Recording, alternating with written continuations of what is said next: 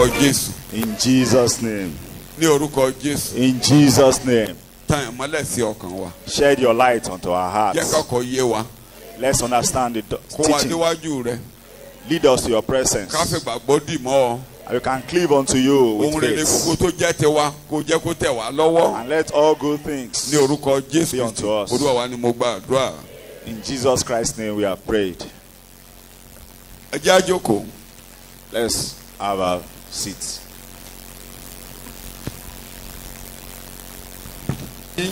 We are to finish the main topic. Kódà kókó kẹrin tí a gbẹnulé bí ọ̀sẹ̀ bíi mẹ́rin.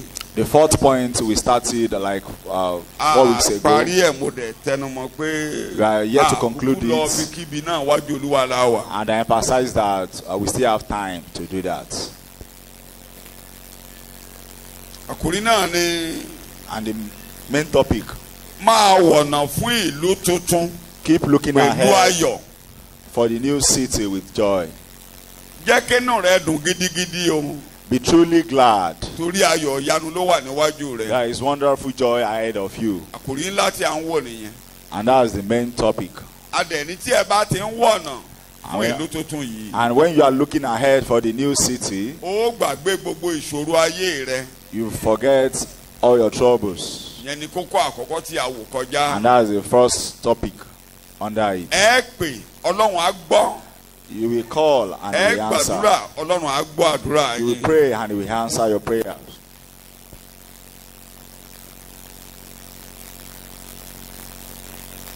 Ìbùkún ohun rere gbogbo ni a tòjọ sí ojú ọ̀nà rẹ nítorí Jésù Olúwa.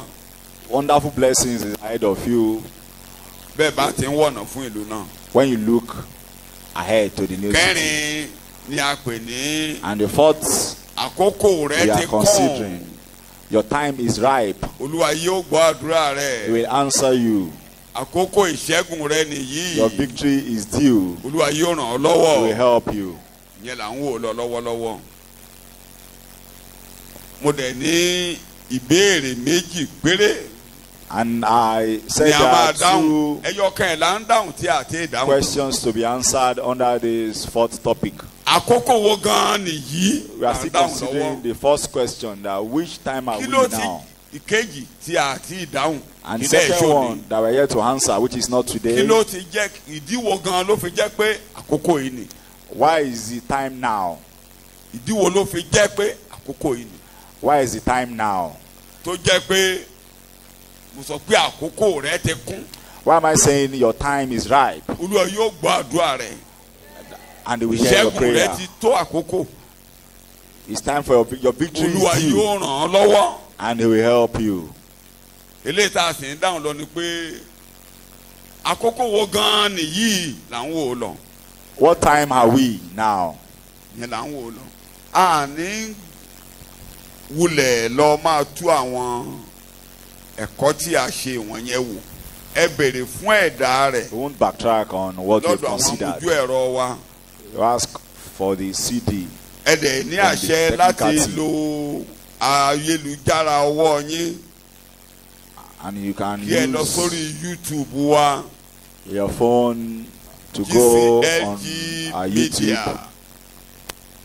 Gbogbo àwọn ẹ̀kọ́ wọ̀nyí ló ti tòjọ́ síbẹ̀, wọ́n ti tòjọ́ síbẹ̀ dè wá. And Ah, the but messages are on YouTube, GCLG Media.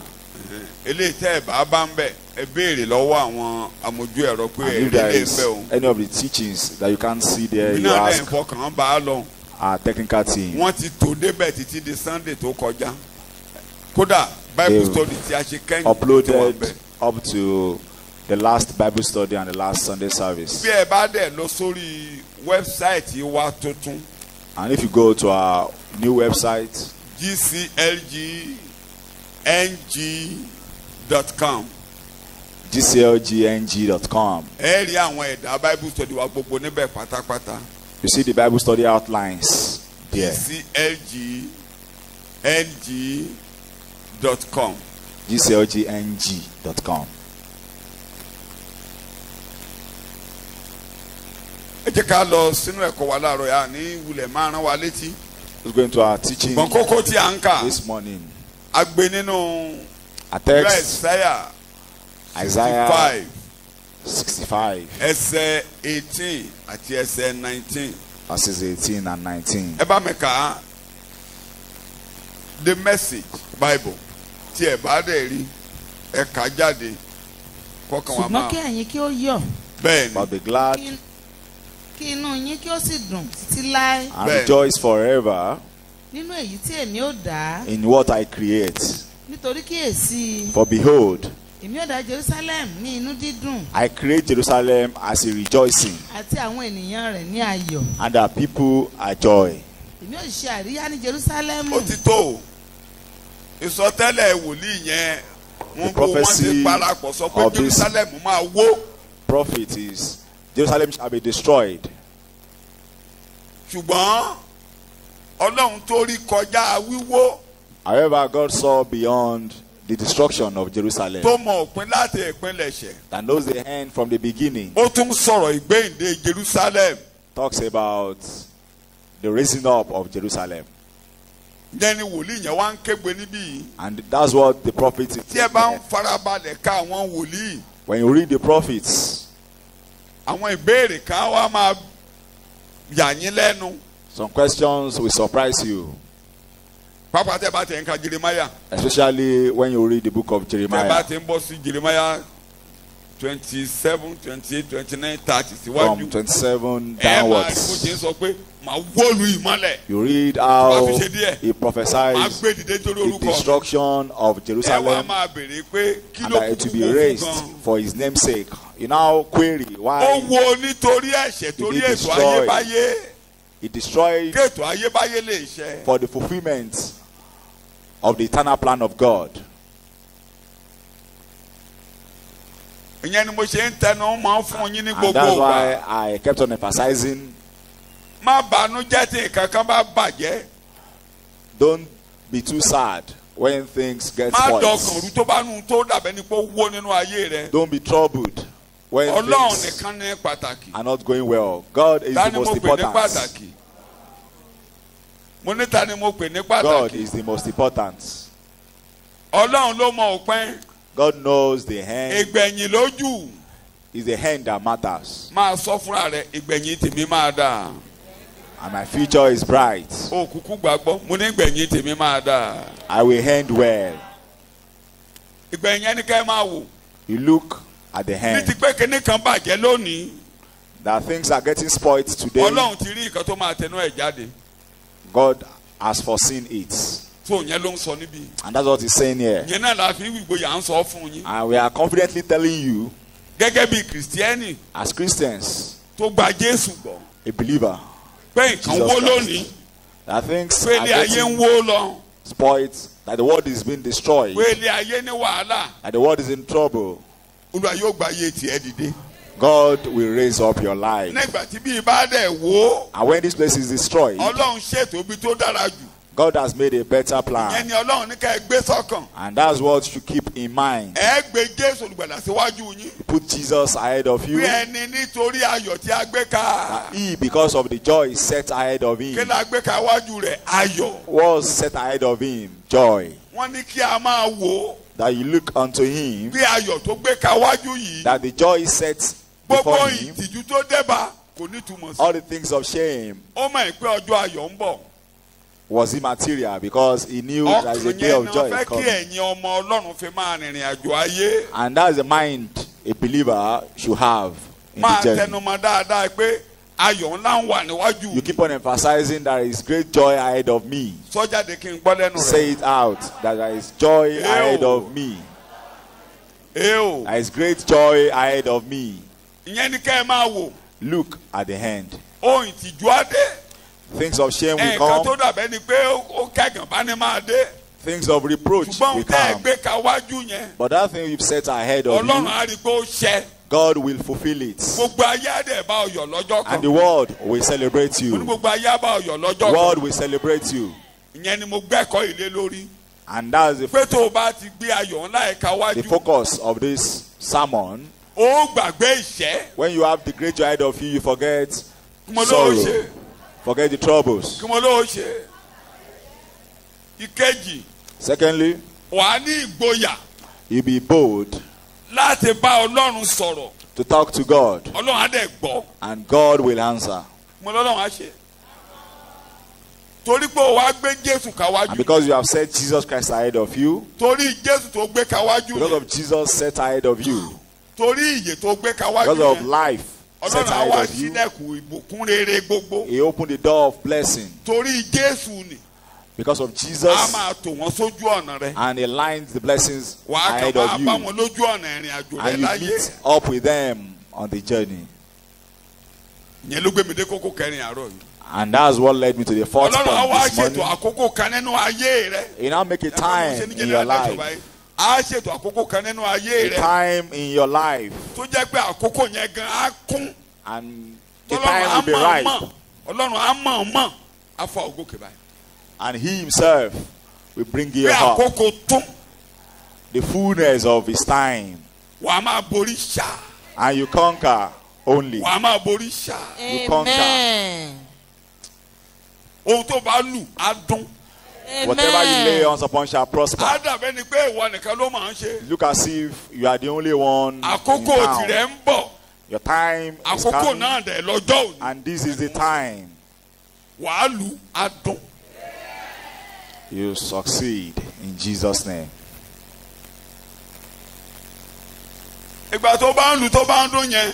And when you are Kò succeeding, sẹ́yìn tó máa mọ̀ pé òjì yàrí. nobody will know you've passed through Wọ́n á rò pé troubles ṣe ni wọ́n bí ọ before. dáadáa pẹ̀lú ìṣíbí gúrà. They think Ìṣíbí you are wúrà born náà with fi sẹ́nu ẹ̀ silver spoon. lọ́jọ́ tí bàbá ẹ̀ bí ọ àbí ìyá ẹ̀ bí ọ. Pé bóyá ààfin ìlú òyìnbó ni wọ́n ti bí ọ. They think you are from the Ìwọ gan gbàgbé palace. ìṣẹ́. You forget Mo ní wàá ṣe. sorrow. You Forget sorrow. Ní la fi ní kó gbé Jésù káwájú. Set Jesus ahead of you, Á dẹ̀ dá fún yín lórúkọ and it shall be Jésù. well with you in Jesus' name. Àkórí ẹ̀kọ́ àárọ̀ yìí. Isaiah 65 Topic for this morning, Verse Isaiah 1. 65 verse 1. A wá mi lọ́dọ̀ àwọn tí kò béèrè mi. A rí mi lọ́dọ̀ àwọn tí kò wá mi. I was sought by those who did not ask for me. I was Yes. found by those who did not seek me. tí ò béèrè. Mo wí fún orílẹ̀-èdè tí a kò pè ní orúkọ mi pé wò mí, wò mí. I kept saying, I'm here. I'm right here to a nation that ignored me. Ìyẹn ló kàn wá tí mo fi ń fi gboyà ń pariwo létí yín. And that's why I confidently tell you, Torí àwa ni ìran náà, orílẹ̀-èdè wa, ẹ̀bí wa, ẹ̀dá wa, ìṣe Ísírẹ́lì nípa ti àná. because we are the generation that we are not Israelites by birth. Ní àkókò tí Olúwa dé wa lálejò yìí, And this time that He has pé visited àwa òun, us, we never sought òun á after dẹ̀ Him, rí pé ó dáa fún wa. and He will see to our success. Ìwọ ò ní sórí burúkú lákòókò yìí ni mò ń sọ. And you will succeed at this point in time. Àwọn tí ò bá wà á máa jìyà lọ́hùn. Those that don't look at Him, that didn't set Him ahead of Him, Bẹ́ẹ̀ tó ti suffer. gbéra rẹ̀, mo gbéra mi kalẹ̀ fún mi. He has laid down Himself Gbogbo for ẹ̀yin tó us bá ti wá sádi tẹ̀ sáwá sọ́dọ̀ rẹ̀. as those that come unto Him. Ọlọ́run á méṣù ọ̀pọ̀ nfàwọ́ yín gòkè. He will lift you up. Ní gbogbo àgbáyé pátápátá, In the whole world, gbogbo orílẹ̀-èdè kórílẹ̀-èdè tí o ṣe sẹ́lẹ̀ nípa all ti ara. nations, not Israel by birth, Mo gbé ara mi kalẹ̀. I've set myself. Òun ló fi jẹ́ pé àwa Before you. oníwàásù á di ẹni ìbùkún. Preachers will be blessed Ayé wa létò. and alive Á fayọ̀ rìnrìn àjò wa to láyé. progress, and we continue Tí a bá journey lè- in joy. Sowọ́sowọ́pọ̀ pẹ̀lú Ọlọ́run. If we can join Nígbà tó hands bá ti with ń God, bí sí wa pé ẹ lọ gbé mi kalẹ̀ láàrin àwọn tí ò wá mi. when His ministry Láàrin unto us àwọn àìgárá to set tí wọn ò me, tiẹ̀ náání mi before those rárá. that never sought Ẹ gbé after mi him. lọ sáàrin wọn. those that never sought after Him, Ẹ gbé mi lọ set sáàrin me wọn. before them. Ojúṣe oníwàásù nìyẹn. And that's the work of the Ẹ fẹ̀mí minister ara of yín God. wéwu. You endanger your life. Àwọn kan lè kú bẹ́ẹ̀ o. Ṣùgbọ́n Some might ẹ die. gbé mi lọ ọbẹ̀. Wọn ò wá mi. Ẹ ṣáà gbé mi sáàrin wọn. Just set Ẹ jẹ́ kán me máa rí mi before báyìí nínú ọ̀rọ̀ yín. those that Nínú never ìgbé ayé sought yín. after me. Ẹ máa lo Let them ayé see yín níwájú wọn. Ẹ jẹ́ kán rí. Ẹ me máa in mo your gbé yín life, kalẹ̀ fún sir. iṣẹ́ rere gbogbo. And your words mo for ti good yàn works. tẹ́lẹ̀ ẹ máa mú iṣẹ́ rere yẹn ṣe láàrin àwọn ìgárá ènìyàn. You've been appointed for good works ẹ máa among ṣe láàrin wọn kan máa the wò. rebellion. ẹ máa gbé kalẹ̀ kẹ́ máa ṣe Rebellious. láàrin wọn kan máa wò. gbogbo àwọn ìran bẹ́ẹ̀ tó ti ṣe kọjá And all these generations that has done that, ẹ lọ wo ìdílé wọn dòní.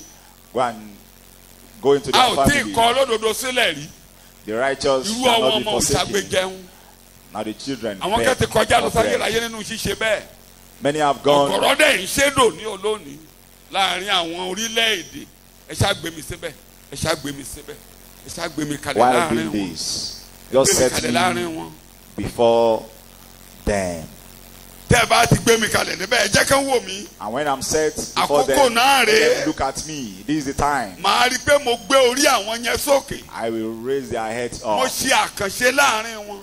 and I do miracles amongst mo them. ń sọ lẹ́nu ọjọ́ mẹ́ta yìí mo ní I'm saying mo kàn gbé it sí Facebook as somebody ibi tí email posted yẹn sọ it tó ń gbé ní on Calabar Facebook. The nígbà tó house ní kán of máa nígbà tó dá Mary dúró Slessor ó in lọ Calabar. gbéra ẹ̀ kalẹ̀ síbẹ̀ nígbà tó débẹ̀ lórí pé wọ́n mí pa àwọn ìbejì Paga. She settled there, ẹ kó wọn wá ẹ kó wọn wá ẹ kó wọn wá stopped ẹ kó wọn wá the slaughtering of ó the ṣojú twins. bẹ́ẹ̀ a ò lè gbà àwọn àjẹ́ ló bí eléyìí àti ìyá àtọmọ ẹ pa wọ́n Opposed. ọmọ it. burúkú kí náà ṣe ń bímọ méjì lẹ́ẹ̀kan àwọn àjẹ́. How do you give birth to twins once? kì í These are ṣàjẹ́ witches. kì í ṣàjẹ́. They aren't witches. ẹ jọ ṣé ó rọ ọmọbìnrin yẹn lọ́rùn nígbà náà. Will it be easy for the woman then? láwọn àjẹ́ èèyàn tójú wọn lé They are manslaughter. ẹ mọ̀ pé ìran àjẹ́ èèyàn ni wá You ìran belong àfẹ́ èèyàn túbọ̀ to those category ìran of àfẹ́ people. èèyàn ṣóògùn Those ìran that offer apànìyàn, men up for ìran sacrifice. èèyàn onítùmọ̀ sí wa dèsí kò tí ì nítumọ̀. Till now, ẹ rí i pé Nàìjíríà Human ipa life tán bá ti lé èèyàn kú doesn't kò í carry mì wá value. mọ́ tẹ́lẹ̀ nígbà bọ́ káràǹgbà rẹ̀ yẹn ń mì wá ṣùgbọ́n kò mì wá mọ́. But Ṣé now tí- we are not ṣé tí bothered Fúlàní slaughter bí ẹni pẹ́ràn yìí kò mì by wá the mọ́ killing of kò mì anybody our mọ́ fellow ẹ mọ iye àwọn tó ti citizens kú lẹ́yìn ẹlẹ́ṣẹ̀ báyìí ẹ mọ iye àwọn tó ti kú who have Zamfara died abẹ́ ẹ̀ gbọ́ after the election. in kò mì Zamfara. olórí wa gan kò ní túmọ̀ sí And the president is no kán more dún gbogbo moved. kán kó wa fún kìnìún jẹ déédéé wọn. Even if you are all offered to lion, they don't mind. ẹ gbé mi kalẹ̀ láàrin wọn Set me before them. ẹ gbé mi kalẹ̀ láàrin Set me wọn. before mo ní ká them. ṣe You set Jesus mo before ní ká them. ṣe. mo yà bàrà ṣe é rí ọ̀rọ̀ oníjọba dé ọlọ́run tí ló wà á dá sọ̀rọ̀ nàìjíríà ẹ mọ́kàn yín. Take your mind off the ẹ rí country. nǹkan kan tó ṣẹlẹ̀ lẹ́nu ọjọ́ mẹ́ta yìí Can you see what happened ní world few politics days ago? ẹ mọ Sudan ẹ No Sudan. mọ ọdún tí máa yẹn ti wà ń bẹ̀ You know when Oman Bashir ẹ mọ was iye there, àwọn èèyàn tó ti kú dànù láwẹ́rẹ́ and people that genocide died ó ti pa àwọn ẹ̀yà kan dànù through genocide. tó gbogbo burúkú ló ṣe He pẹ̀lú killed agídí a whole race. n tó fojú àwọn kìrìsìtẹ́nì rí ní south pẹ̀lú agídí ní south fún persecuted yapa òun náà ló pàpà ti gbé Christians nǹkan pẹlẹbẹ lọ́wọ́ in táwọn South south tó yapa yẹn Sudan. wọn ò gírí And he made sure ṣùgbọ́n South ọ̀sán kan òru Sudan kan is not in peace. wọn ò tí ì pa òun máa jẹ́jọ́ o He will still go ọ̀sán kan òru to kan náà ní court. kó kẹ́rù ẹ̀ àwọn sójà tó fẹ́ support ẹ̀ And wọ́n all ní of a àdúgbò sudden, dúgbò yín He was dethroned. mi ò ráyè ká tẹ́ wọn ọmọ ìṣílẹ̀ ẹ̀bẹ̀ náà mi kó dọ́là jáde nínú àpò And we are bringing out foreign currencies bags of dollars from his house. mi ò káwọn mi ò ráyè tí wọn I have not read mo it. kàn rí headline yẹn ni I saw the headline. ìkan náà ti wà lórí àìsànjọ́ ọdún márùn-ún One has been sick for 5 years ó ṣe sọnù sórí iṣẹ́ rẹ̀ and he laid back his head ó dẹ̀ ń win election and was winning election while even as a sick man, ìgbò ló bí ṣe he was winning that's election Africa for you and African leaders. kò lè sọ̀rọ̀ mọ́ ó dẹ̀ mi win election He couldn't speak again and he was winning election.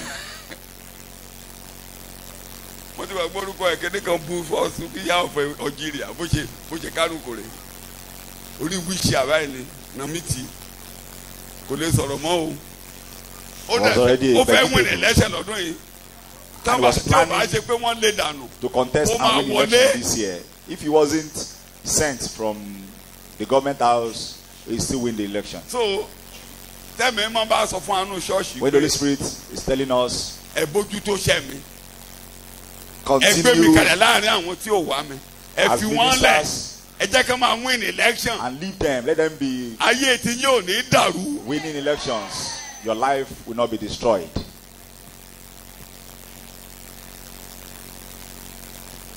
ṣé àpé tí Buhari bá ṣe wà ní London ó máa win election You know, Buhari can still win election Emma. from London Hospital, kó wà lórí bẹ́ẹ̀dì ní London from a sick bed in London. kí mo ló máa ṣe. He will still win this election. ṣé Ọlọ́run ti sùn Is God asleep? ojúṣe tiwa àkókò òun ni mò ń sọ Our responsibility. àkókò tiwa ni pé These are ẹ gbé times. mi kalẹ̀ láàrin àwọn tí ò wá mi. Set me Ẹ jẹ́ kán rí mi. before those not seeking after Mo me. fẹ́ tú ayé Let èèyàn see ṣe. me. mo fẹ́ farí èèyàn gòkè And to bring them up. láàárọ̀ Olúwa yóò farí ìtì ẹ And this gòkè. morning you'll be lifted up in Jesus' sábà tẹ name. fà ó gòkè fa nìkan lọ́wọ́ sókè. And when you are lifted up, you lift someone else up. fi wọ́n lẹ̀ fi wọ́n Leave lẹ̀ them, Ọlọ́run ló máa dí pẹ̀lú wọn. and God Himself will deal with them. àkókò wo nìyí jẹ́ kí n tẹ̀síwájú láàárọ̀ Which yìí. time are we? Let me mo continue. ní this. ọjọ́ rere tiẹ̀ ló dé yìí. Your good days are sọ here. fúnra rẹ ọjọ́ rere tèmi ló dé yìí o. My good days are here. kókó díẹ̀ tí mo máa mú láàárọ̀ yìí jẹ́ kí n gbìyànjú kí n mú mẹ́rin. Let me consider 4 points. ọjọ́ àlàáfíà The day of peace, jẹ́ kí n pè ní ọjọ́ ìbùkún olórí àlùfáà. the day of the blessing of the high priest, ọjọ́ àlàáfíà the day of peace, ọjọ́ ìbùkún olórí àlùfáà. and day of blessing of the high priest. ọjọ́ náà rí. And today is jẹ́ kí n the fẹ́lẹ́ day. ìbẹ̀rẹ̀ rẹ̀. Let me start with sọmọrin this. àwọn akọrin ẹ̀ẹ̀kan. To Psalm the song of the 102 choristers. verse 13 kí n fi Psalm bẹ̀rẹ̀ 102 verse 13. kí n fi bẹ̀rẹ̀. ìwọ ó dìde bẹ́ẹ̀ ni You shall rise ìwọ ó ṣàánú fún Síónì and Bẹ́ẹ̀ni. have mercy upon Zion. nítorí ìgbà tí ṣe ojú rere sí i. Because the time Ẹ to wo have mercy èdè yẹn. upon him has come.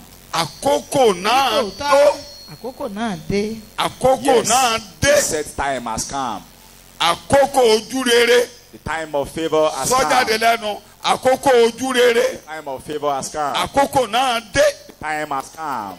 Eo The time has come. eo The time has come. gbólóhùn méjì ló wà ń bẹ̀. wọ́n ó Two ṣàánú lines there. mo ti sọ ní ìjẹta àbẹ́jẹrin. You will have mercy. atọ́ sí ìyà We ought to suffer. mo bá fẹ́ gbéraga lọ àní o ṣe dáadáa. It's only if you want to be proud. That's when bẹ́ẹ̀ tó bá mọ̀ pé you Lóòótọ́. consider yourself good. ènìyàn ni ọ́. But if you know you are o good, tọ́ sí ìyà atọ́ sí àìsàn atọ́ sí ìparun we ought to suffer atọ́ sí ikú and to ṣùgbọ́n experience torí sickness pé and death. Jésù olórí àlùfáà But ó because gbẹ́bọ lọ Jesus, sọ́dọ̀ the Ọlọ́run high priest, has ẹ ò ní taken jìyà sacrifice to God, you will not àkókò suffer. yìí ẹ ò ní jìyà And this time you will not suffer. àkókò yìí ẹ ní kúkú òjijì This time you will not die untimely. kí tó ń jà àánú nìyẹn And that's mercy.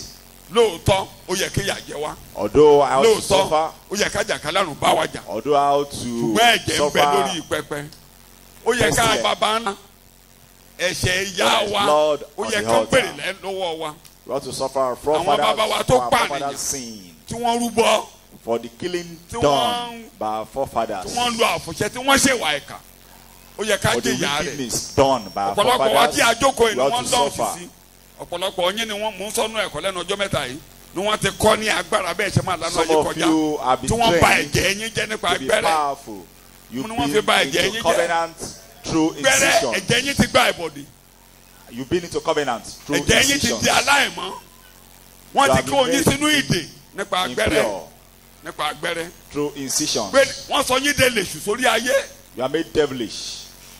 ń On tẹ́lẹ̀ this gbé earth. wọnú ayé yín kí ẹ máa gbé kó máa jábọ́ ni And you are taken into a covenant of failure. ṣùgbọ́n ẹ ò ní jìyà But you will not kò suffer. ní jábọ́ lọ́wọ́ yín mọ́ Amen. Your failure Àkókò. has ended. tọ́lọ́run máa dá sọ̀rọ̀ yín rè And the time is ripe for him to come into your matter. ọlọ́run á dá sọ̀rọ̀ ayé rẹ̀ lónìí And he will step Amen. into your matter. díẹ̀ ni pé And the Jésù ti reason gbẹ́bọ lọ is sórí ìtẹ́ lókè he has taken sacrifice to the altar. yẹn la ṣe ń kéde ìrere And that's why we so kò ní evangelize. túmọ̀ sí wa àbá sin ẹni gbẹ́rẹ́ We are àwọn less aráalé ẹ̀ bá concerned. máa jẹ́rán èèyàn ìbá jẹ́ àjẹ́ ló bí ọ kájẹ́ yẹn Even kàbáyé. if you are given birth to pé by òun ti witches, bí ọmọ eléyìí o ọjọ́ kan lòun máa wo jẹ́ o tó o ti wá gbọ́ and the ìrere witch kò ní wú has ẹ̀jẹ̀ gone mọ́. into covenant to Kò lè rí ẹwọ́ at jẹ a set mọ́. time.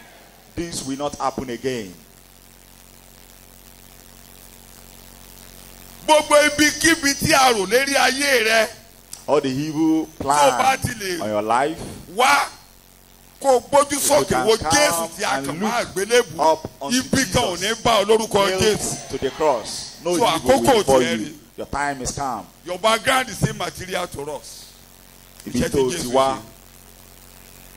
ṣe ìpínlẹ̀ rẹ̀ ò ní túmọ̀ Jésù ni kò wò tó o bá Look wo up unto Jésù Jesus. wàá jìyà ìpínlẹ̀ rẹ̀ o. If you don't look up unto Jesus, Wàá you jẹ́ o. suffer for your Yẹn ni background. máa ń kélé àwọn ọmọ kan wọ́n rò pé rémọdé ni. And that's why when Wọ́n I máa talk sapá báyìí to some of the rere. youths, Ní àná they think I'm joking. àní kò sí kankan.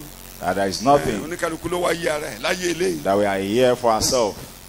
Wàá wọ bàtà bàbá ẹ̀ wàá wọ ṣòkòtò rẹ̀ You carry on wàá dé fìlà rẹ̀.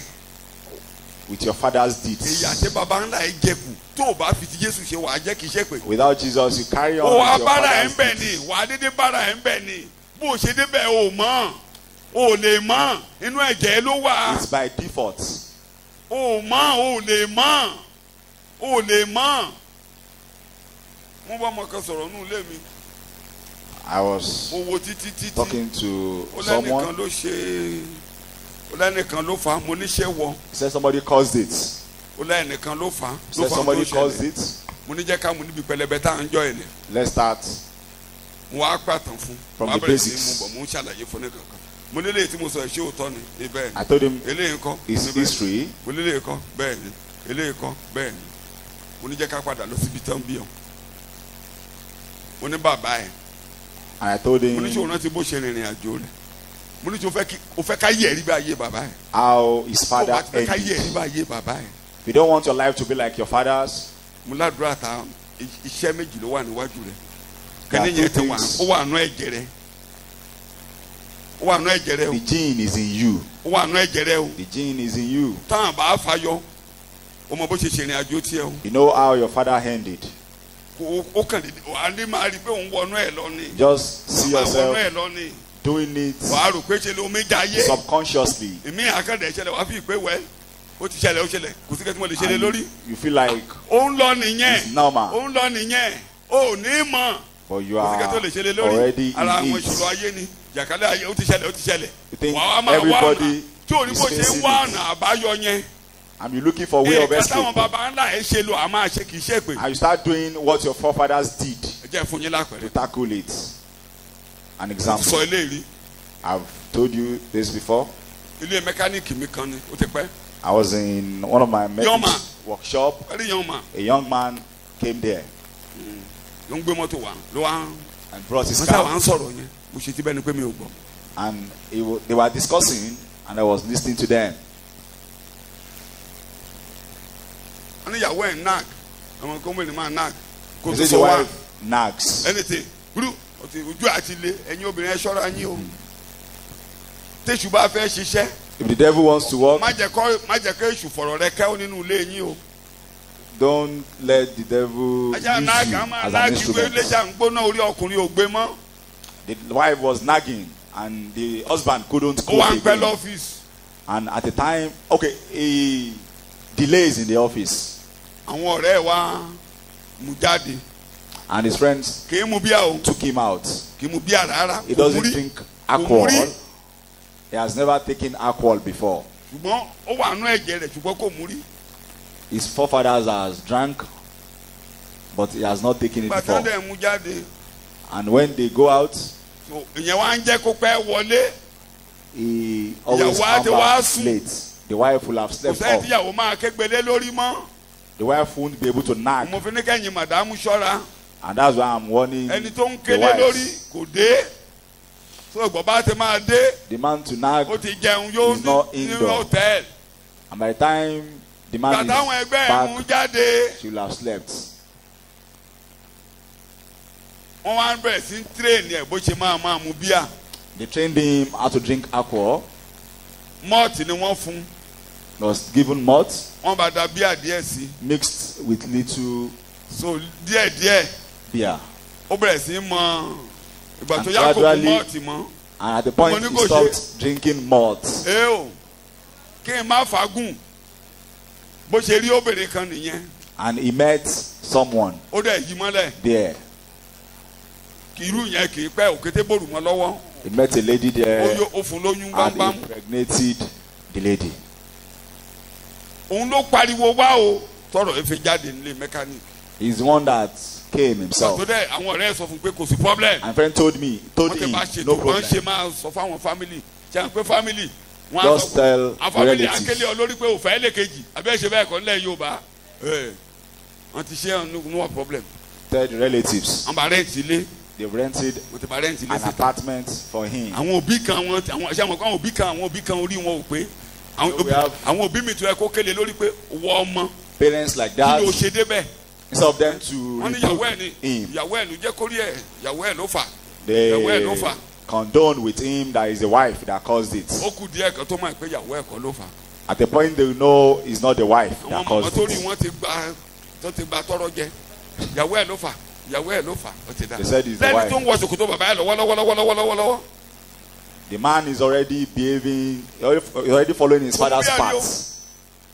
ká má fagún At the point, wọ́n ṣe àtẹ̀rẹ́ǹtì lé fún yẹn síta they've rented an apartment for the second wife ìgbà tó outside. yá eléyìí tó tún gbé tó rò pé ó máa dáa ìyẹn náà tó bẹ̀rẹ̀ sí ní gbógun At the point, the second ilé one náà ń gbógun was nagging, ogún di mélòó and the first Ew. wife too kept on nagging, ogún di mélòó making àwọn ọ̀rẹ́ ẹ̀ wá sọ two fún war pé fronts.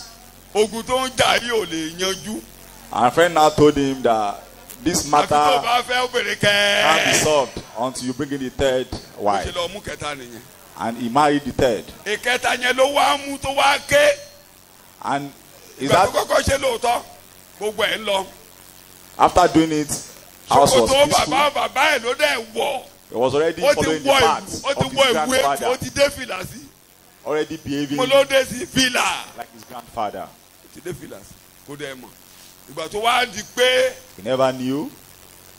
ẹ̀ta tán ló máa ń jẹ́ kí àlàáfíà wà láàrin obìnrin nínú ilé And the third wife ẹ̀ta gan wá gboríro sí gbogbo rẹ̀ was ẹ̀kẹta wá gboríro sí was- gbogbo rẹ̀ wá gbóná bẹ́ẹ̀ ló wá ké síta pé ayé òun ti dàrú ayé òun ti dàrú And at that point, he cried out ayé òun ti dàrú that he's in trouble.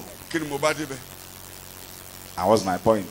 mo ń sọ níbẹ̀ ni wípé ọ̀pọ̀lọpọ̀ ọ̀dọ́ á máa ṣe fàárì Some youths kẹ́ndé kan wà nú ẹ̀jẹ̀ rẹ̀ are a proud. little bit outside the gospel you behave like ordinary human being And you have that you gene. behave is in you àjẹbí ẹni It's hereditary for you to àjẹbí behave ẹni like a natural human being.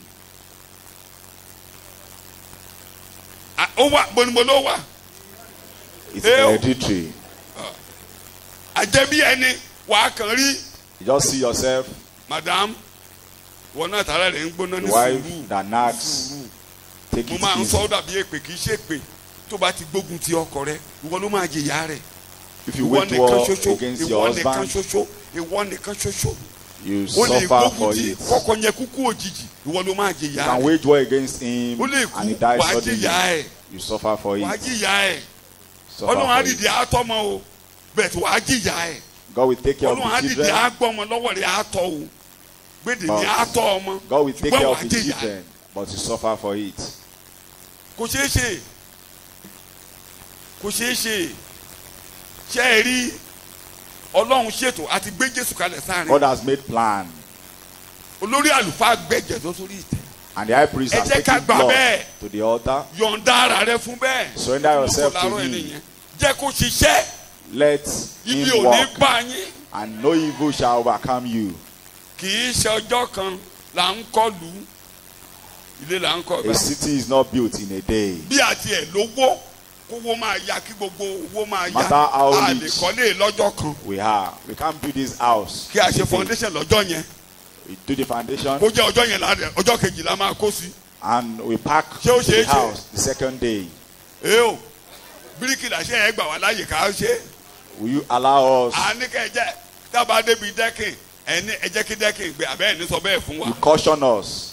tí ẹ bá ṣe fúrẹ́mù gan ẹni ká tó gbé nǹkan lórí fúrẹ́mù ẹ jẹ́ kó gbẹ. Caution us to allow it to dry. so díẹ̀díẹ̀ ni. Little by little. Are you listening to me? Ọkọ àtaya díẹ̀díẹ̀ ni. As husband and wife, Ó máa dáa fún understand yín. each other little by little. It shall ẹ be ti well with dọ́dọ̀ you. Jésù ibi tẹ́ ẹ dé yìí. You have come to Mo ti sọ Jesus. ibi táyé èèyàn tẹ máa ń dá ni. This is Sọ where bẹ́ẹ̀ ayé tèmi máa it dá will be níbí. well with you. Shall be well with you Iwájú here. Jésù tèmi máa dá níwájú Jésù. Shall be well with Tèmi ò ní you. ṣòro ó ṣe. Yeah. Má lo ní ayé ẹbẹ ni pé tiẹ̀ ó ti bàjẹ́ ó dìgbà tó bá jà ó dìgbà tó bá dàrú màá sọ fún pé mo wà ìwọ. Not until you fight. Ìwọ má jẹ́ kó yà rẹ̀ ìgbà ẹ̀yà tó wà lórí ẹni wọ́n fẹ́ sọ̀ kalẹ̀ àkókò ìdá ẹni àti gbé Jésù kalẹ̀ sáré. Jesus has been established. Bí ẹ tọ́ sí ìyà ò ní jẹ yín. And you will not suffer. Bí ẹ tọ́ sí In parun Jesus' name. ẹ̀ ní parun. You will not perish in Bí ẹ tọ́ sí Jesus' name. ikú ẹ̀ ní kúkú òjijì. And you will not die Gbogbo ohun tí untimely wọ́n in tò jọ Jesus' name. tó wà nù lédè yín yẹn All the kì í ṣe things pé in the tirẹ̀. family is not your Mo ní kì í portion. ṣe. It's not Ó your ní portion. nípe nínú rẹ̀. You will never have a part in it. Ojoojúmọ́ mo fi tèmi ṣe wàásù sí yín. I preach Kí it ni every sábẹ́ day. ẹ ni mo ń lọ láàrin ilé mo ń yọ lọ ni kò kàn mí mọ́ mo dẹ̀ ń kélé àwọn ọmọ ẹni kankan I kept on kò kàn mí mọ́ telling everybody kò sí tó that kàn mí pẹ̀lú gbogbo ohun tó ṣẹlẹ̀ ilé dádì whatever is happening there doesn't Kò kàn mí mọ́. concern me. mi ò ní pin nínú wọn mọ́ I won't have a part in mi ò ní it. pin kankan kò kàn mí I won't have a mo rà ń bára part àti in mi it. lọ bọ́n ẹnu ọjọ́ mẹ́ta wọ́n yìnbọn wọ́n para wọn nínú ilé kò kàn mí mo kàn wọ́n pè mí níbí ni pé One of these àwọn aráàlú days- wa máa para wọn tán o They shot themselves with guns. mo lọ́lọ́run á ràn wọ́n lọ́wọ́ á jẹ́ kàn gbọ́ wa o Say God will help them to listen mo ní to wàá jẹ́ kàn us. ṣe mo ní wàá jẹ́ kàn ṣe. God will help them to listen. lọ́nà ajẹ́ kan gbọ́ wa o kì í ṣe ìbọn gidi ni o àti Like àdá wọ́n kóra dé hospital àwọn olóró méjì tí wọ́n gbà gbóró live bullets. ẹni tí ìbọn bá létí ẹni tó wọ ẹ̀kan gé And ọ̀rẹ́ mi sọ fún mi ó ní kan ò lè pé mọ́ títí ó fi máa kú wọn kiri ká ẹ̀ cutlasses torí cutting nonsense torí each òrò each other's finger. torí òrò ṣé kèmí náà wàá jókòó bí bàbá àtàlẹ́ ó yà ẹ̀fun níbọn mi ò í ṣara wọn sọ bẹ́ẹ̀ fúnra rẹ̀ I'm no more part of them. lórí ẹsẹ̀ rẹ̀ ibi ilé wa kò ní bá mi kọ́ wọ́n rìn Evil in mọ́ my family will not accompany me. ibi bàbá ńlá mi àti ìyá ńlá mi kò ní Evil bá of mi my kọ́ wọ́n rìn mọ́ forefathers, my foremothers kò will ní bá not mi kọ́ wọ́n accompany rìn mọ́ me. You proclaim it in Jesus' kò name. ní bá mi kọ́ wọ́n rìn mọ́ Proclaim it in Jesus' name. kò ní bá mi kọ́ wọ́n rìn mọ́ Evil will not accompany me. kò kàn mí And it's no more my ìbàjẹ́ ilé portion. wa ò kàn mí The decadence in our family is no my portion.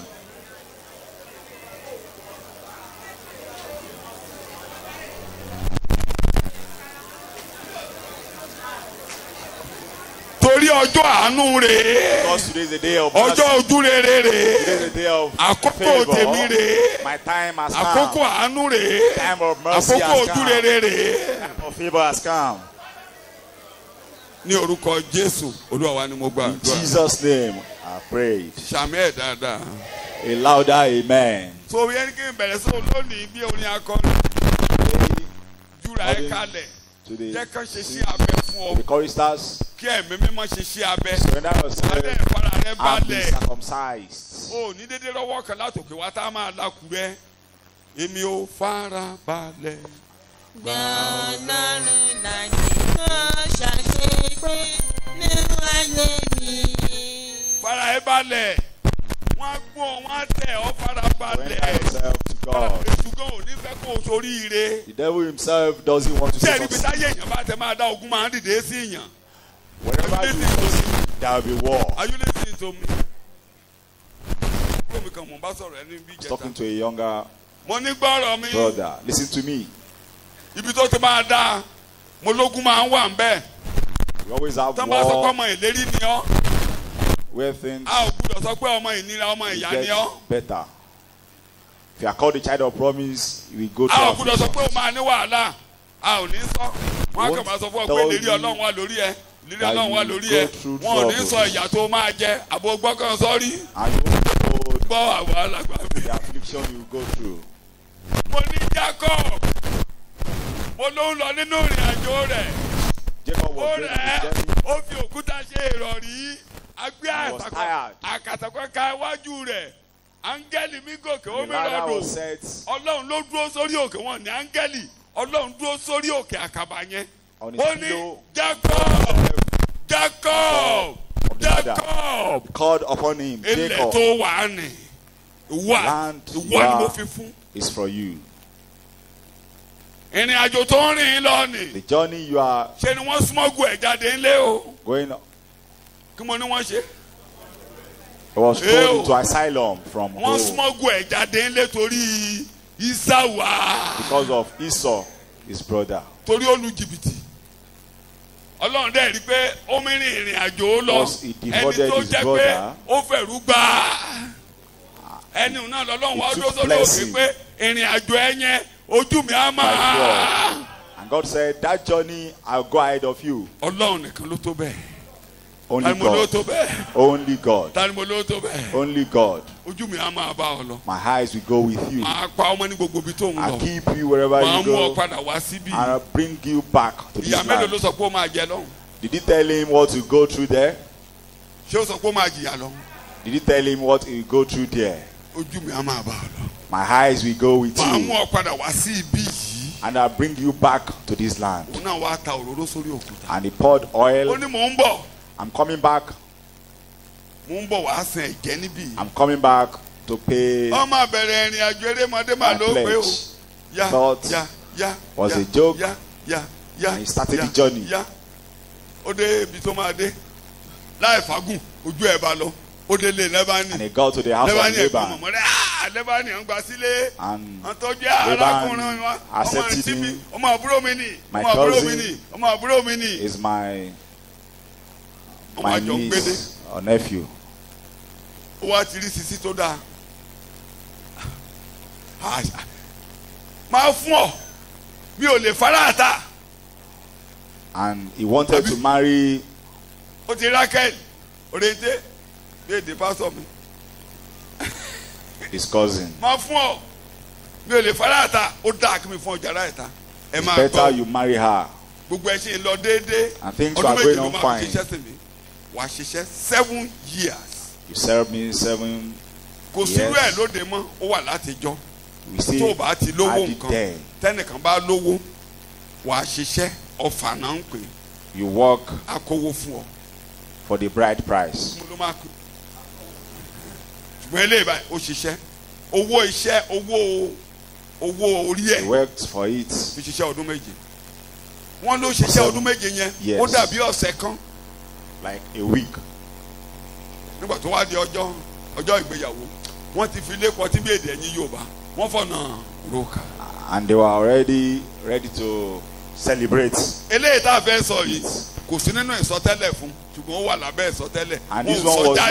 not in the prophecy, but was wọ́n ò sọ under it. jáde ṣùgbọ́n ó wà ń bẹ̀. They didn't prophesy this to him, but it's ìrìn there. àjò wa ó ní Journey wàhálà díẹ̀díẹ̀ nínú Has little Ọlọ́run ti troubles. sọ ojú mi á máa bá ọ And he has lọ said it. máa My pa ọ eyes mọ́ will go ahead of ìyẹn you. máa tún mú ọ And wá I'll bí keep you. ìyẹn ni pé àwọn ogun kan wà bẹ́ẹ̀ tí ò ní jẹ́ kó o lè wálé I'll bring máa you rí back kó o padà wálé To this land, there are máa pa ọ troubles mọ́ that might tó want to máa keep pa ọ you. wà bẹ́ẹ̀ mi ò ní jẹ́ kó o kú sọ́hún There are things that might want you túmọ̀ ẹ̀ to nìyẹn stay there without coming ṣùgbọ́n back. kì í yé wa bẹ́ẹ̀ But we don't understand láì like fagbọn that. ẹ̀yìn náà mọ̀ ọjọ́ ayọ̀ rẹ̀ without wọ́n much sọ di ọjọ́ emphasis. ìbànújẹ́ ọjọ́ ayọ̀ rẹ̀ ò ní dọjọ́ ìbànújẹ́ Your day of joy will not be turned to a day of sadness.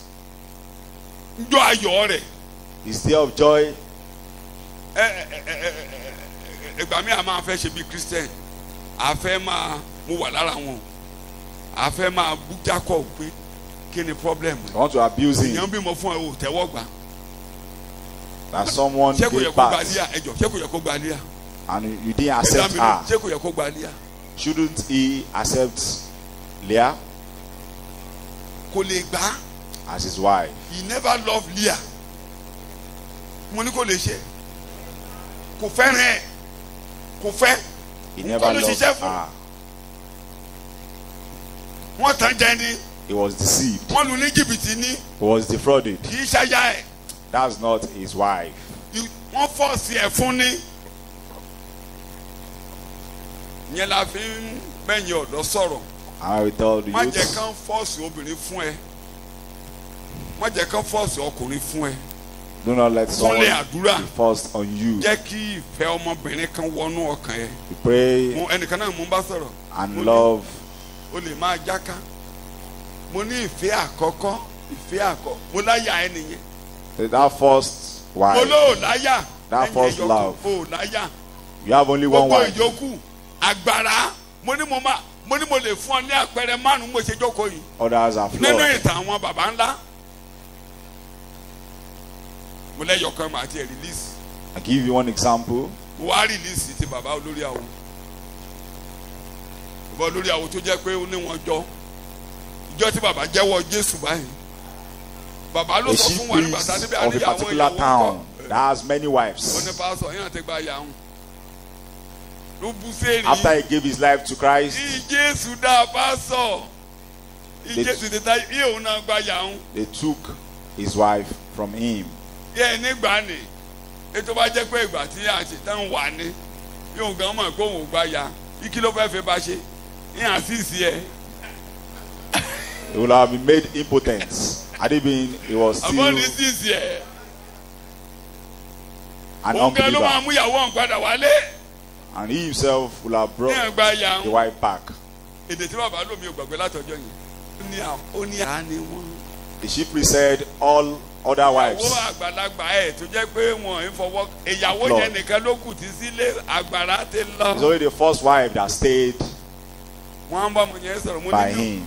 mo lówó ẹ owó làwọn eléyìí wá. I said, these Owó. ones have come Agbára for ni your wọ́n bá money. wá agbára kí ni mo pè é He came with the agbára flood. owó ẹ ni owó ẹ He tó came bá dúpẹ́rẹ́ lónìí for wọ́n the ti money. lọ kó tó dúpẹ́rẹ́ wọ́n ti lọ. And when the Olólùkọ́ money kẹgbẹ́ o, is gone, olóṣì kẹgbẹ́ o. They are gone.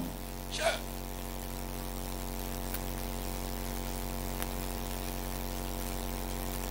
Jacob Jacob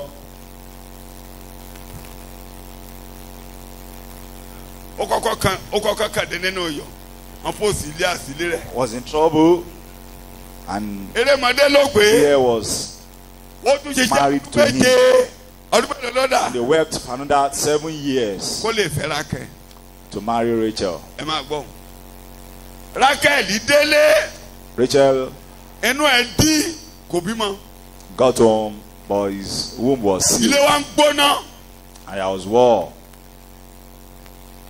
in the house. Kódà tí mo bá fẹ́ túmọ̀ ẹ̀ lédè Yorùbá gẹ́gẹ́ bí a ṣe ń ṣe níbí wọ́n á ti gbà pé Líà làjẹ́. They will Àbí have ṣe Leah believed làjẹ́? it was Leah that stopped Eo Rachel from conceiving. irọ́ mi ò mọ kéèsì kẹ́tí mò ń bá sọ̀rọ̀ tí ilé yẹn gbóná gan. I was talking to Ilé someone. yẹn gbóná gan. Bàbá sick. The Bàbá man ò was sick. lágbára púpọ̀ mọ́. Man Ṣé ẹ ti gbọ́? Bàbá ò ní agbára púpọ̀ mọ́. is becoming So bàbá ò impotent. tẹ̀ lè ó ti yé eyín kò lè ṣe púpọ̀. Ilé wa gbóná ìyàwó wa dìde pé ìyáálé ló ti lo nǹkan bàbá tán ó wá síìsì ẹ̀. And the Mo second ló ṣe- wife said is the first Ó wá wife ń gbógun ti ìyáálé that made the man pé impotent. ó ti ṣe tiẹ̀ ó ti lo ti ìgbà tiẹ̀ ó wá ti mú ó ti síìsì ẹ̀. That the first wife has seized Pé kó rìlíìsì kan ọkàn his fóun. manhood, and she's contesting for it to be released. Ẹni tí lágbàdé iṣan ṣé ó ti ó kẹ́sẹ̀ rẹ̀ wò. Ṣé ó ní gbọ́n síìsì mi báyìí kí n tó ṣé èèyàn ní ìdàtí síìsì mi báyìí ṣé èèyàn ní ìdàtí síìsì mi mo ṣe wà yìí. And at a Jẹ́ kó particular mọ̀ age, kíkan ṣeré wá nù you ilé mi don't àmọ́ need ìpóhùn ṣeré wá to ṣeré. be seized. Tó bá kàn wọ́n abámọ̀mọ́ jà ó wá jẹjà òfo ṣé èèyàn ní ìdàtí síìsì mi ṣé mọ̀mọ́ ní ìdàtí síìsì ẹ̀ èmi gan ti síìsì. Mo lébi gan ti ṣe bó ti síìsì àbí ṣé mo kúrọ́. At a particular age, Ọgbọ́n la sì ń dá sí you grow Ọgbọ́n. impotent. àjókòó. Èèyàn ní ìdàtí kó bírèkì mi báyìí.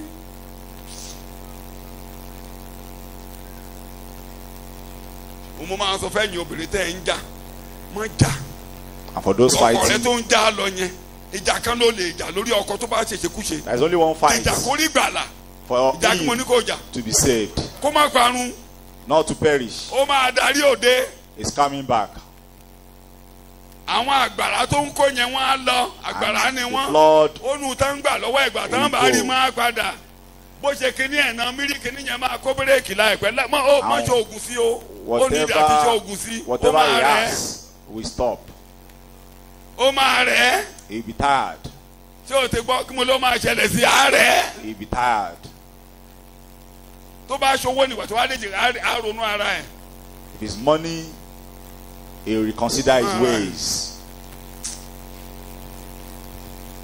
so pé ọmọ ìlérí ni ọ́ That you are a pé son o of bọ́ sínú oore promise. ọ̀fẹ́ kò mí pé òní bá wà That you lákàdé are a son of grace. ẹ máa gbọ́rọ̀ òyìn tó sọ Doesn't mean you won't. ó ní ogún ọdún ni mo fi ṣiṣẹ́ níbí yìí ó ní ẹ̀rẹ̀ mẹ́wàá ni wọ́n pa bẹ́ẹ̀ tó wá ní And my ẹ̀rí wages was changed. ẹ̀yẹn ni ọ̀rọ̀ 10 yín times. ọ̀rọ̀ yín á ní ẹ̀rí And you have Ó kúkú testimony. gbàgbọ́, ọ̀rọ̀ In tèmi á ní Jesus' ẹ̀rí. name. My case will end up a ó ní testimony. ọlọ́run ò jẹ́ kó ṣe kéne òṣèré nìyẹn ọmọ ìlérí nìyẹn kò ṣe pé ọmọ ìlérí ò ní gbanú wàhálà kọjá Son of promise wàá gbà kọjá still need to go through troubles.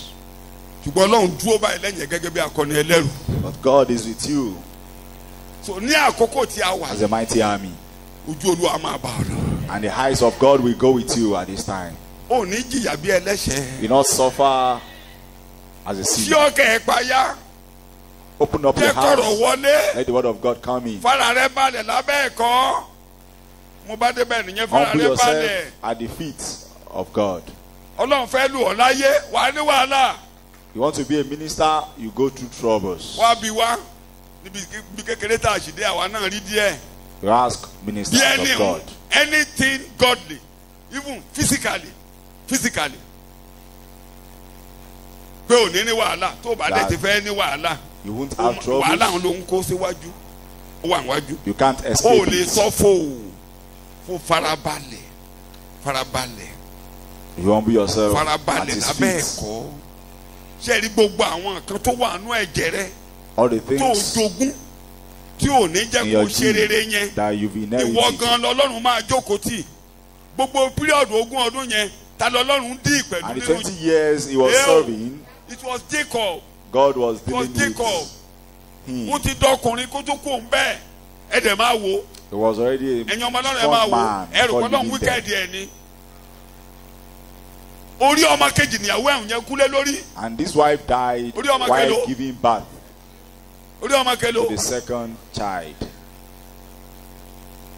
tó bá jẹ́ májẹ̀mú tuntun ni If it's the New Testament,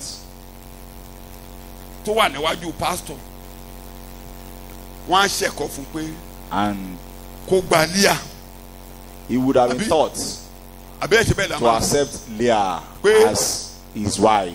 ohun gbogbo ń ṣiṣẹ́ pọ̀ fún That all things work together for good. tó bá jẹ́ májẹ̀mú tuntun If it's the New ẹ̀kọ́ tí à ń fẹ́ kọ́ Testament, yẹn nìyẹn that's what we teach you. wọ́n á ti gbà pé Ọlọ́run wà ń bẹ̀ tí ẹ bá dẹ̀ You ká accept bẹ́ẹ̀ni dáadáa that ẹ jọ God is there. Ọlọ́run jókòó ti Líà àbí kó jókòó ti Líà And if you read the ẹ dá mi scriptures, lóhùn God was with Leah. dọ́là ó wà lẹ́yìn Líà God was with Leah. torí Júdà ni a sọ pé ọ̀dọ̀ rẹ ni gbogbo àwọn èèyàn rẹ yóò máa ṣe kéde Because unto him ọ̀dọ̀ rẹ shall ni all his shall the gathering Gathering of of your his people. people ọ̀dọ̀ Líà ni gbogbo ayé yóò kójọ sí Until ọ̀pá she aládé ò locals. ní kúrò níbẹ̀ olófin ò ní rod kúrò níbẹ̀ it is Líà of righteousness will not depart from there.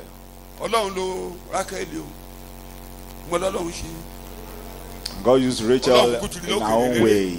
ó ti rí lókè rere pé jàkadì ń bọ̀ á lo Rákẹ́lì And God Rákẹ́lì àṣìṣe tiẹ̀ Saw this ó ti afar rán off, ọkùnrin kan ṣá and has sent someone ahead, Rákẹ́lì ni and that's Rachel,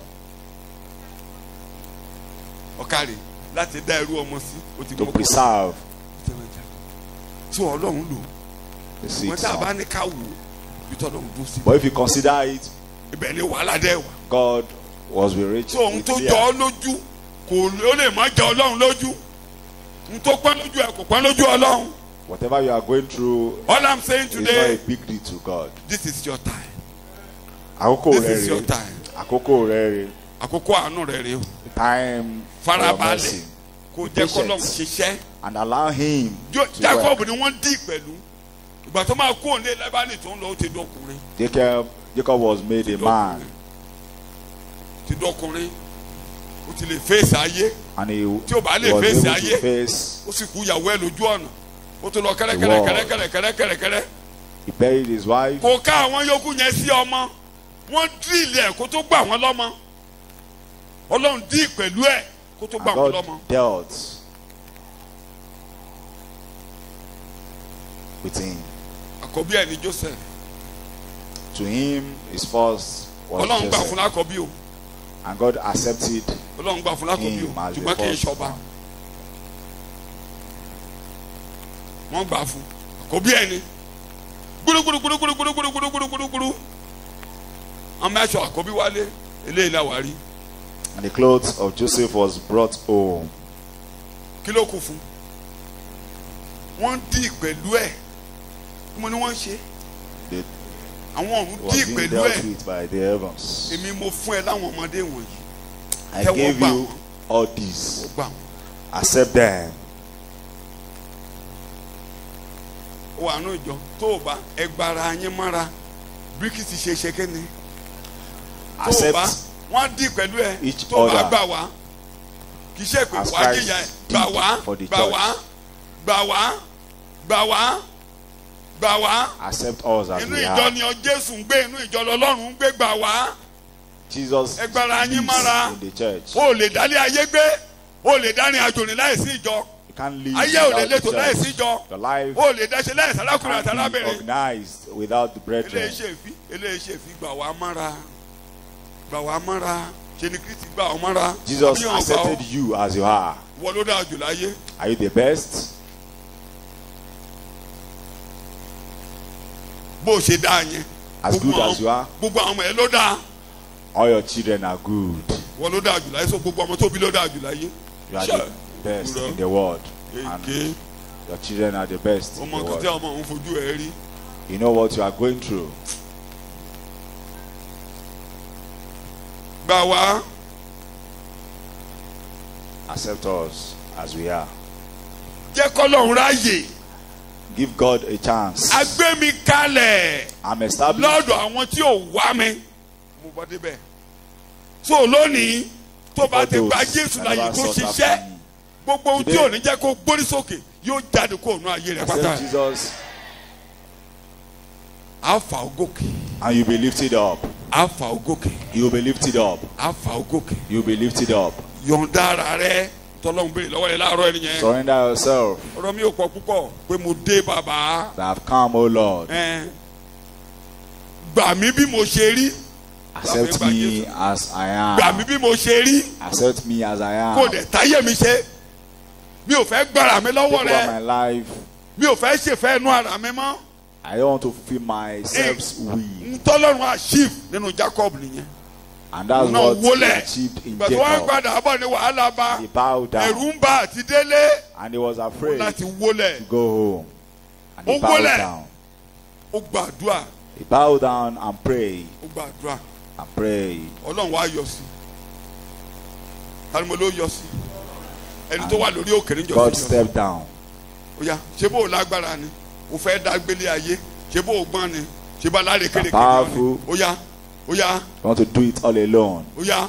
Ìjàkadì wa And he bẹ̀rẹ̀. combated. Wọ́n yẹ ẹsẹ̀. Kí wọ́n ní wọ́n ṣe?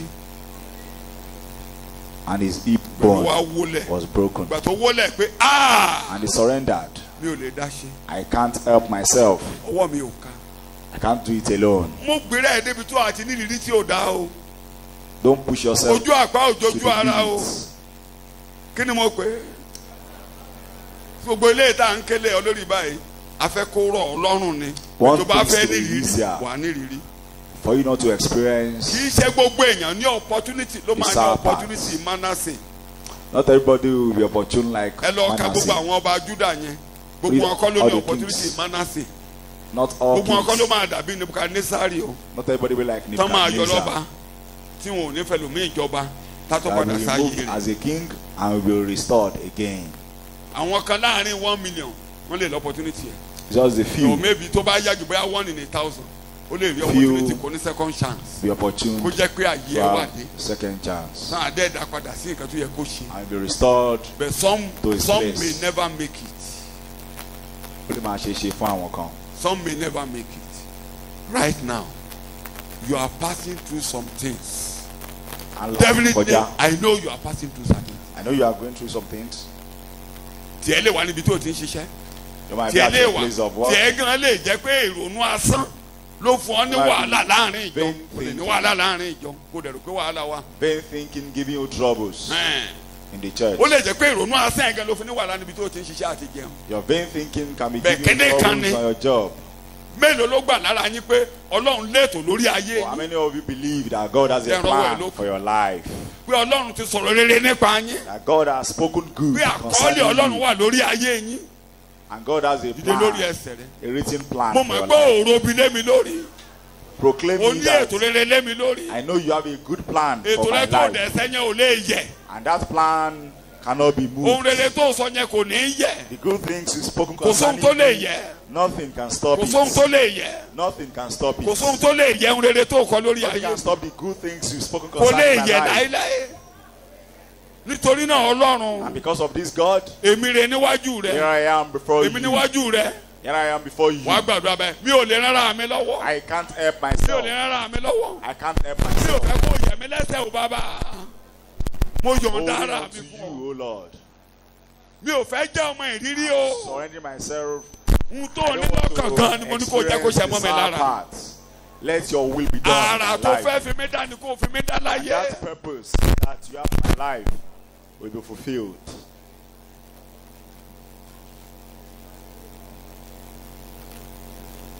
Ní orúkọ Jésù ni mo In gbàdúrà. Jesus' name we prayed. Jókòó. Have your Gbogbo èjì seat. tó wá ń jà mí. Tó fẹ́ dá mi padà Going through lọ sílé bàbá ńlá mi. to take me back to my Olúwa. forefathers. Oh God, Dá ìjì náà dúró. stop this. Ohun tó bá máa gbé mi kú òun ẹ̀kọ́ òtítọ́. Tí Whatever màá will padà take máa me, ṣe bí èèyàn. Má jẹ́ ó ṣe lórí From ayé mi. gospel. Lọ abẹ́ lórúkọ Jésù. stop it in Tó Jesus' máa name. gbé mi kú òun níwájú rẹ̀. Whatever will take me from your Tí presence, màá oh God, fẹsẹ̀ gbá títì lọ. that make me to wander Tí away màá padà or make me lọ máa rìn bí ènìyàn lásán. to live as a Màá carnal máa lo agbára mi human bí being. ènìyàn lásán. Má jẹ́ ó ṣe lórí ayé mi. Don't let this come to pass in my life. Lọ́wọ́ Olúwa. Help me, O Lord. O létò fáyé mi. You have a plan for Mi my ò dẹ̀ ní life, kó ònú ètò tó ní fáyé mi. and I won't leave the plan you Nǹkan have lè for lé my lónìí life. òtí ẹ ló máa ṣe wọ́n mi lára. Things might be thought today, Tiẹ̀ ló máa ṣe but Olúwa. your purpose shall be fulfilled on my life. Ní orúkọ Jésù, Olúwa wa ní In agbára. Jesus' name we prayed. Lajú ẹ bí mo ṣe sọ Open your lẹ́ẹ̀kan, eyes. àkókò ojú rere rè. Said earlier, Wàá fi jẹ́wọ́ ni. there is a time of Mi ò ní rìn mercy, jìnnà. of favor, Àlàyé mi ti kún díẹ̀. Àkókò ojú rere tèmi rè. time of God's mercy. Torí lónìí mo rí àánú gbà. Because I have received mercy from above. Láàárọ̀ yìí, mú ẹ̀ṣẹ̀ kúrò lórí orúkọ mi. Take sin Mi ò lè dágbára mi from lọ́wọ́ my ẹ̀ṣẹ̀. name. Àdúrà àwọn kan lára yín nìyẹn I láàárọ̀ can't yìí. help myself. Ìwọ tí o bá dẹ̀ ti bọ́ lọ́wọ́ ẹ̀ṣẹ̀ nípa orí And ọ̀fẹ́ if you Ọlọ́run. have been saved from Ọjọ́ sin ojú by rere the rèé. grace of God, Ọjọ́ kí ni mo pè today is a rè é? day of favor. Díjú ẹ̀ kó gbàdúrà bẹ́ẹ̀ lórúkọ Jésù Olúwa. Proclaim it in Jesus' name. Ọjọ́ ojú rere rèé. Today is a day of favor. Ọjọ́ àánú rẹ rèé. It's a day of your Mú mercy, O ẹ̀ṣẹ̀ kúrò Lord. lórí orúkọ mi Take pátápátá. sin from my name, Má jẹ́ O kí n jìyà Lord. gẹ́gẹ́ bí ẹlẹ́ṣẹ̀. I don't want to suffer as Má a jẹ́ kí n sinner. jìyà gẹ́gẹ́ bí ènìyàn lásán. I don't want to suffer Ṣàánú mi as lọ́jọ́ a òní mere Olúwa. man. Help me, O Lord.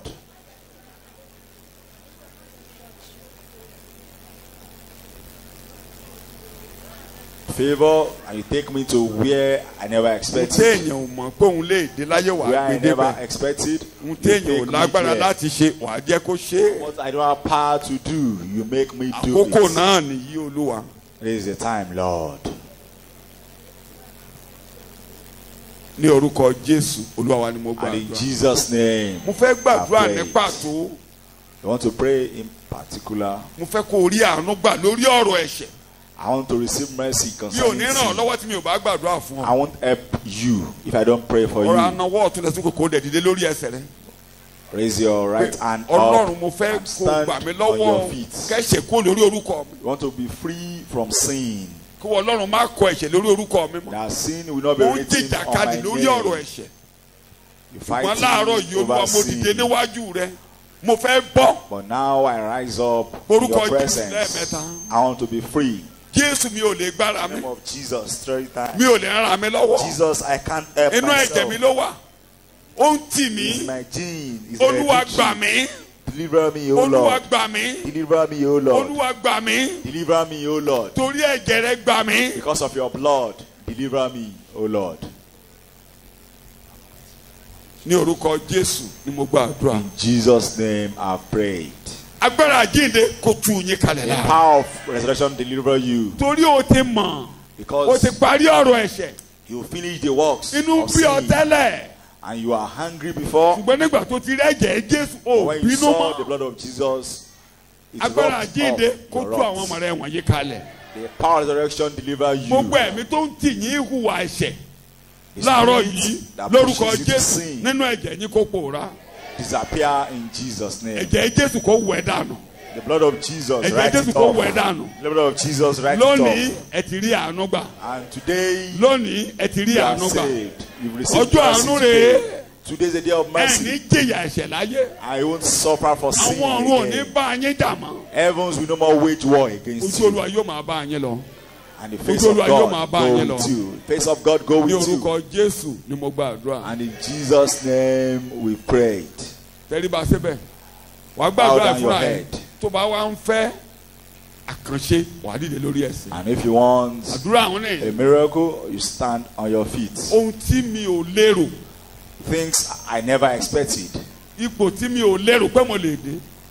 Ohun tí mi ò I never lágbára àti expected. ṣe. Position I never Lórí ohun expected. tí mò ń là kọjá What yìí. I don't have power to do. Olúwa ọjọ́ ojú rere rè. Today is a day of favor, Wọ́n ló mọ Lord. nǹkan tó ń là kọjá o. You only know what you are going Nínú tí through. mò ń là kọjá yìí. Whatever I'm going through, Mi ò lágbára lé lórí. I don't have power over Mi ò dẹ̀ it. lè gbéra mi sókè. And I can't Mi ò help lè ràn myself. mí lọ́wọ́. I can't. Ọjọ́ ojú rere rè. Today is a day of favor. Orúkọ Jésù láà mẹ́ta kó gbàdúrà lé Proclaim the name lórí. of Jesus 3 times and pray Ọjọ́ ojú rere rè. that today is a day of favor. Ọjọ́ ojú rere rè. Today is the day of favor. Tí mi ò lè dáṣẹ́. I can't Mi ò help lè gbéra mi myself. sókè. I can't Mi ò lè raise ti my head ara mi up, síwájú. and I can't push myself. Gbọ́n Ọlọ́run lórí kókó But yìí. God, on this, Ìwọ nìkan ló lè gbé mi sókè. you only know how to Ìwọ ló help máa me, fà mí jáde. and you will raise my head up.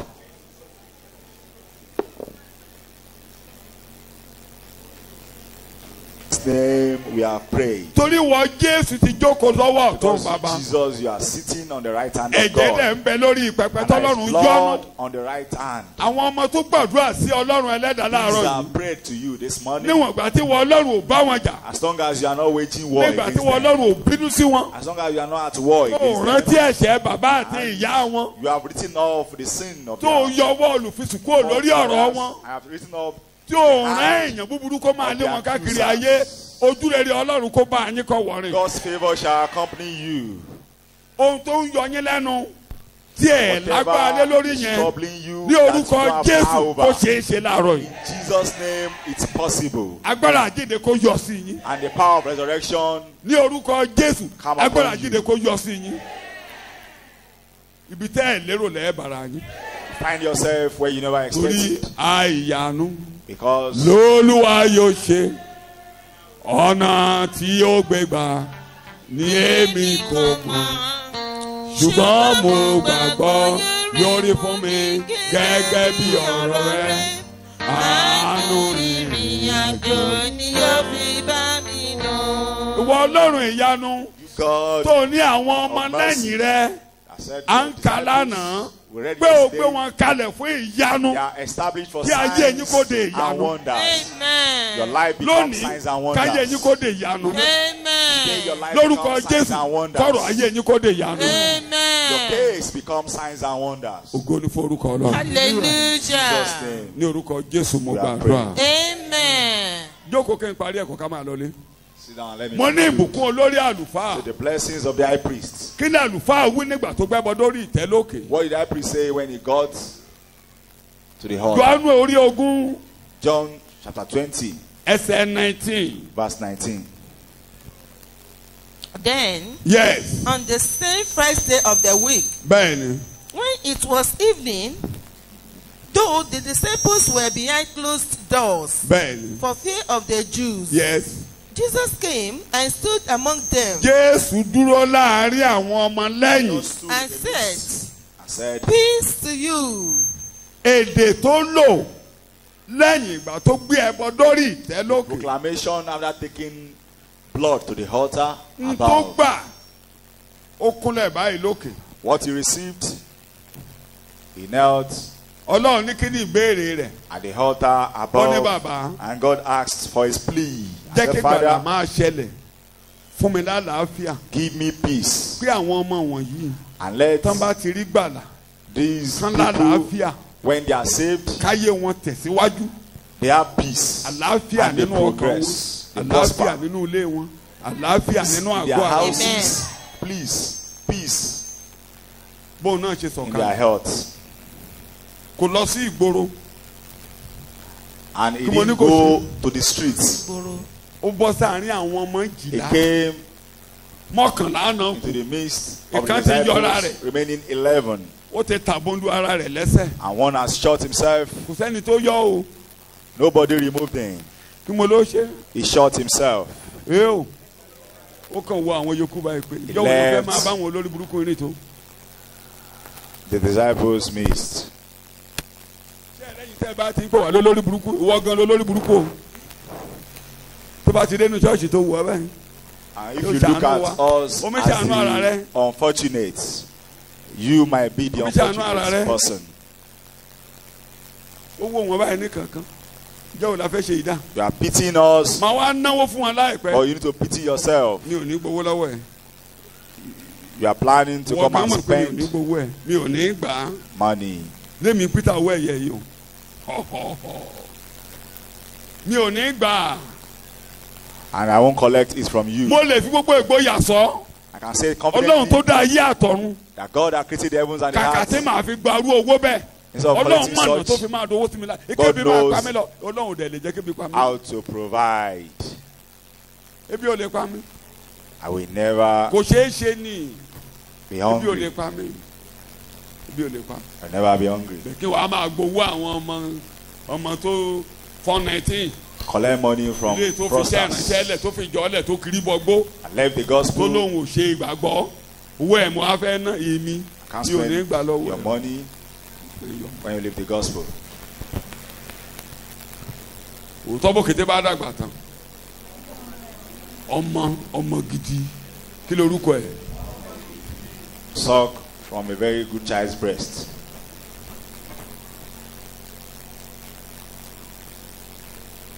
Àlàáfíà fún yín.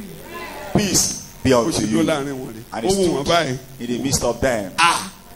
Mo tún wí lẹ́ẹ̀kejì pé. I say it again. Ó Peace dúró bí orí ẹ lórí àlùfáà. be unto you. Ẹ wo gbogbo wọn yẹn. Ṣé wọ́n ṣoríire láyé àbí wọ́n ṣoríire All láyé? of them Sorry, succeeded. Gbogbo ọmọ lẹ́yìn tó bá ti dúró lábẹ́ ẹ̀kọ́. Torí pé Jésù gbé ẹbọ lórí ìtẹ́ lókè. Disciple when Lójú they òní tó under mọ̀ the yìí. teaching, because Lójú òní tó mọ̀ yìí.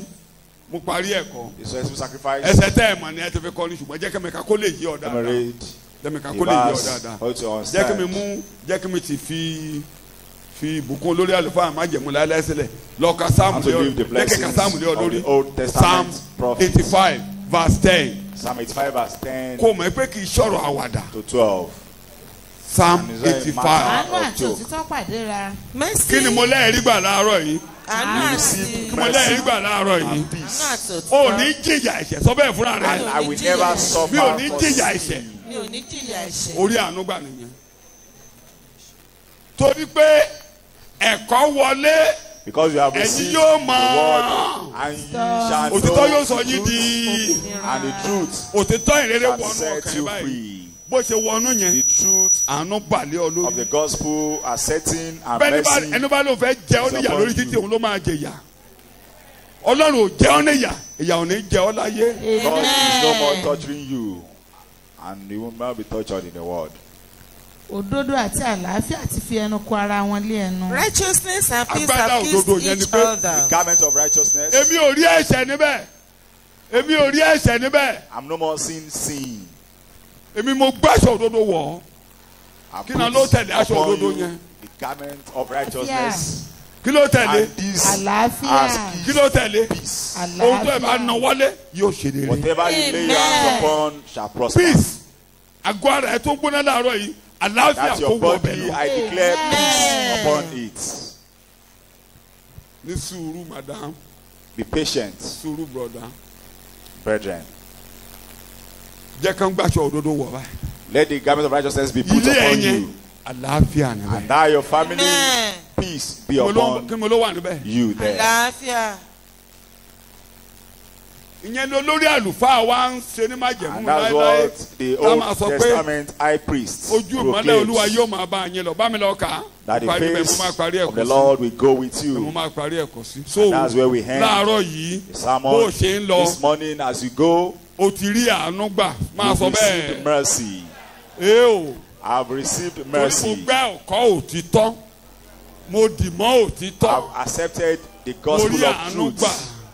And I've held Àwọ̀ mi láṣọ onto òdodo. the Àwọ̀ truth. mi láṣọ òdodo. àlàáfíà mercy. pàdé rẹ̀ Àlàáfíà One pàdé. mo ló garment pàdé of rẹ̀ righteousness. Àlàáfíà pàdé. And mi. this àlàáfíà has ń wálé peace. ibi tó ń lọ o Àlàáfíà. Mercy. òótọ́ wọlé tó bá ti rí àánú ó ń bọ̀ Mercy and tó bá ti rí truth aṣọ òdodo ó ń have bọ̀ kissed each other. a ò rẹ́ṣẹ̀ ń bẹ̀ àlàáfíà ń bọ̀ ń bẹ̀. Sin is no more found so in kò your ń ṣe midst. pé olúwa gba àlàáfíà wa Not that àlàáfíà God brings jẹ́ tirẹ̀ peace. sọ bẹ́ẹ̀ fúnra rẹ̀ Àlàáfíà mine. jẹ́ tèmi. ẹnu ta ló ti jáde That's jésù out from the olùgbàlà mouth of Jesus.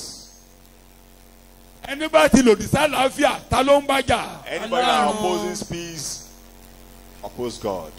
má tẹ̀ jẹ́ kí n lọ sí númérì dìde lórí I'm not ẹsẹ̀. going to numbers again. Rise up on your feet. bàbá ló wí bẹ́ẹ̀ Father proclaimed it. mo gbọ́ òtítọ́ I received mo rí mercy. àánú gbà I received peace. Eo. I received peace. awọ̀ mi láṣọ òdodo I've won the garment of àlàáfíà ní righteousness. tèmi lórí And ẹsẹ̀ rẹ̀ peace mú lọlé be unto me. àlàáfíà ní tèmi Peace be unto me. àlàáfíà nínú ọkàn mi Peace on my heart. àlàáfíà nínú àgọ́ ara mi Peace on my body. àlàáfíà nínú ilé mi Peace on my family. àlàáfíà nínú ilé mi Peace on my àlàáfíà family. lórí àwọn ọmọ mi Peace on my children. àlàáfíà níbi iṣẹ́ mi Peace in my place of work. àlàáfíà ní ọ̀nà gbogbo Peace in all ways. àlàáfíà ní ọ̀nà gbogbo òní ni ọjọ́ náà Today is the òní ni day ọjọ́ of tí peace. olúwa dá The day the Lord has àwa made. yóò máa yọ̀ ẹnu wa I yóò sì shall máa dùn rejoice and be glad. ọjọ́ àlàáfíà ní in ọjọ́ it. òní Today is a day of ọjọ́ àlàáfíà ní peace. ọjọ́ òní Today is a day of peace. ọjọ́ dáadáa tí olúwa dá Good day that the àwa Lord yóò has máa yọ̀ made. ẹnu wa yóò sì máa Shall dùn rejoice and be glad. ọjọ́ in àlàáfíà it. ní ọjọ́ òní Today is the day of peace. ìwọ àgọ́ ara máa gbọ́ àlàáfíà My ni body receive peace. inú ilé mi máa gbọ́ àlàáfíà ni House receive peace. ẹ̀yin ọmọ ẹ máa gbọ́ àlàáfíà ni Children receive peace. ìwọ ilẹ̀ gbọ́ àlàáfíà ni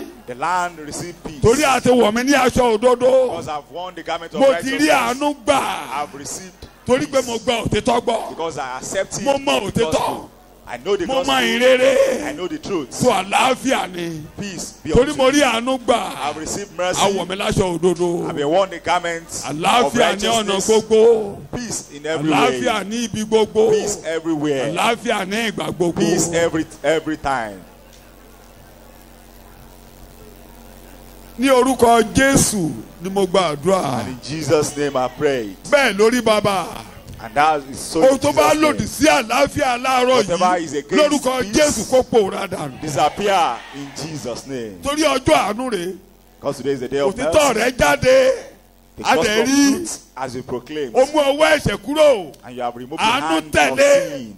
àlàáfíà tẹ̀lé Mercy follows. gbogbo orísun ìnira lórúkọ Jésù kó gbẹ dànù And all hands of àlàáfíà ní infirmity ibi gbogbo disappear. Peace àlàáfíà ní everywhere. ìhà gbogbo Peace everywhere. bẹ́ẹ̀ ni kó máa rí It shall be so in Jesus' ní name. orúkọ Jésù mo gbàdúrà In Jesus' name I pray. ṣàmẹ́yẹ kó kanlẹ̀ A louder amen. jókòó tú àpò ẹ̀ Have your seats. a máa ń fi ọrẹ sílẹ̀